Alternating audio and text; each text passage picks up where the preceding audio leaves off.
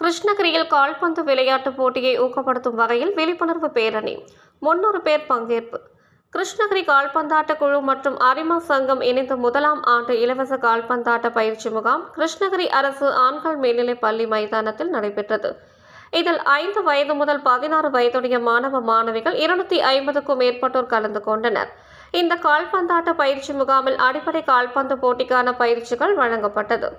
இதைத் தொடர்ந்து இன்று பயிற்சி முகாம் நிறைவு பெற்றது. இதையடுத்து கால்பந்து குறித்த மாணவர்கள் இளைஞர்களுக்கு ஊக்கப்படுத்தும் வகையில் விழிப்புணர்வு பேரணி நடைபெற்றது. கிருஷ்ணகிரி அரசு ஆண்கள் பள்ளி மைதானத்தில் தொடங்கிய இந்த பேரணி ரவுண்டானா, பெங்களூர் சாலை, லண்டன் பேட்டை போன்ற முக்கிய சாலை வழியாக சென்று நிறைவு பெற்றது.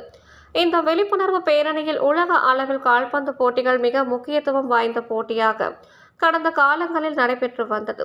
இன்று கால்பந்தாட்ட போட்டிகள் நடத்துவதும் அதனை பார்வையாளர்கள் பார்ப்பதும் வெகுவாக குறைந்து வருகிறது.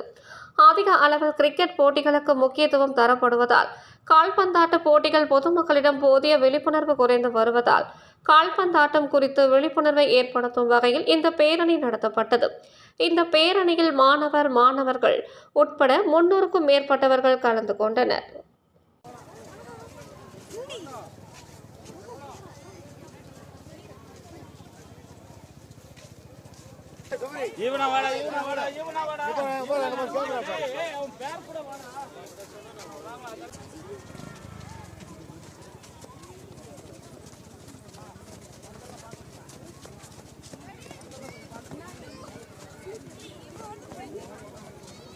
உங்கள் தேடல் நியூஸ் சேனலை லைக் பண்ணுங்க, ஷேர் பண்ணுங்க, கமெண்ட் பண்ணுங்க, ஆல் பெல் பட்டனை கிளிக் பண்ணுங்க, மறக்காம சப்ஸ்கிரைப் பண்ணுங்க.